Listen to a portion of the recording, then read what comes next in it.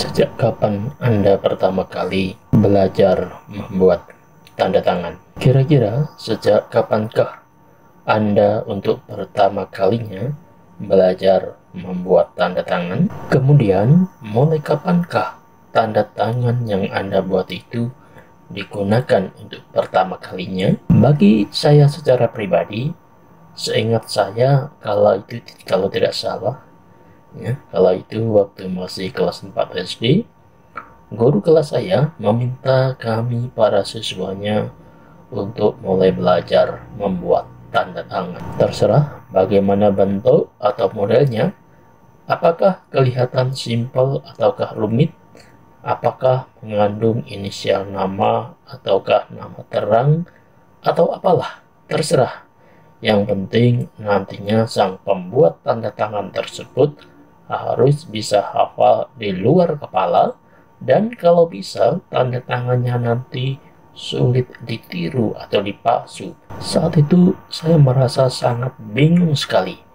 Gimana ya caranya membuat sebuah tanda tangan yang baik dan benar? Minta bantuan teman sekelas buat ngajarin saya, mereka jawab nggak bisa.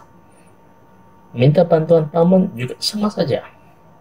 Padahal kalau saya lihat dan perhatikan tanda tangan teman juga pamanku itu bagus-bagus loh dan kelihatan rumit. Terakhir saya minta bantuan kepada ibu buat ngajarin saya bagaimana sih caranya membuat tanda tangan itu.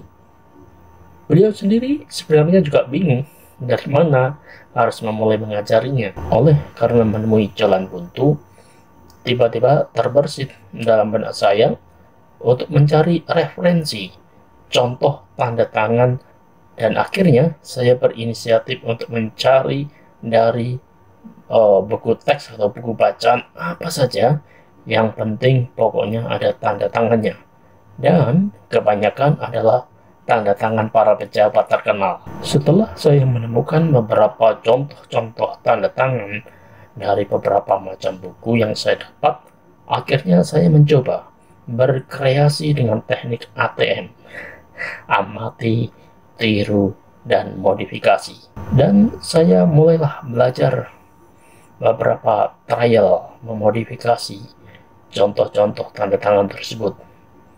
Pada akhirnya saya merasa sudah menemukan sebuah format tanda tangan yang pas. Itu menurut saya sih ya, yaitu berupa gabungan antara goresan pena yang membentuk sebuah kurva dan inisial nama panggilan saya.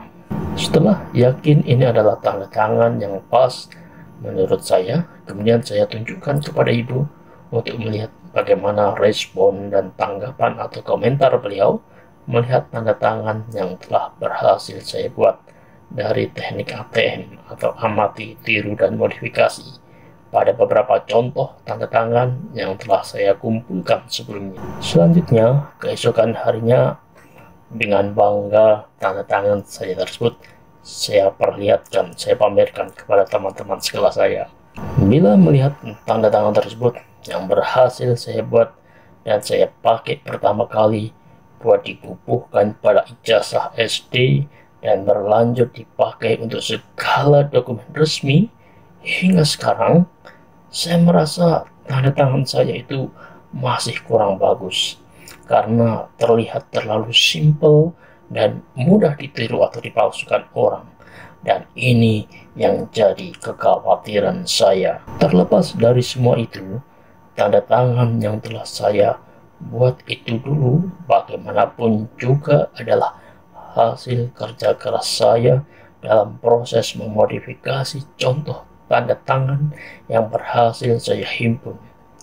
Andai kata saat itu saya memiliki referensi contoh-contoh tanda tangan yang lebih banyak lagi, mungkin tanda tangan saya akan lebih bagus, lebih keren, lebih rumit, dan mungkin rada sulit ditiru atau dipalsu. Menyesal memang tiada gunanya. Toh, andai kata misalkan sekarang saya bisa membuat tanda tangan yang keren, yang rumit, dan sulit untuk dipalsu, tetap nggak akan bisa dan nggak yakin akan laku. Karena pasti yang diminta mereka, yaitu pihak yang berwenang, adalah harus sama 100% seperti tanda tangan yang ada di ijazah misalnya.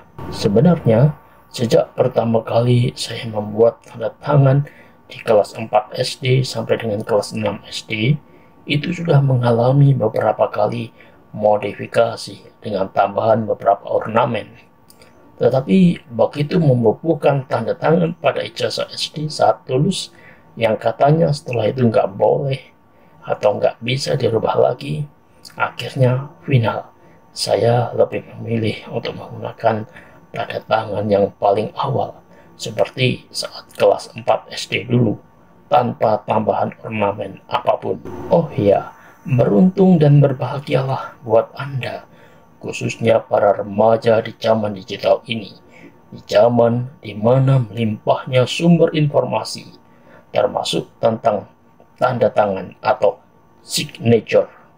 Ada banyak sekali referensi, bahkan tutorial yang bisa Anda temukan atau Anda dapatkan dalam membuat sebuah tanda tangan atau signature, khususnya video-video di YouTube. Oke, itu saja catatan dari saya.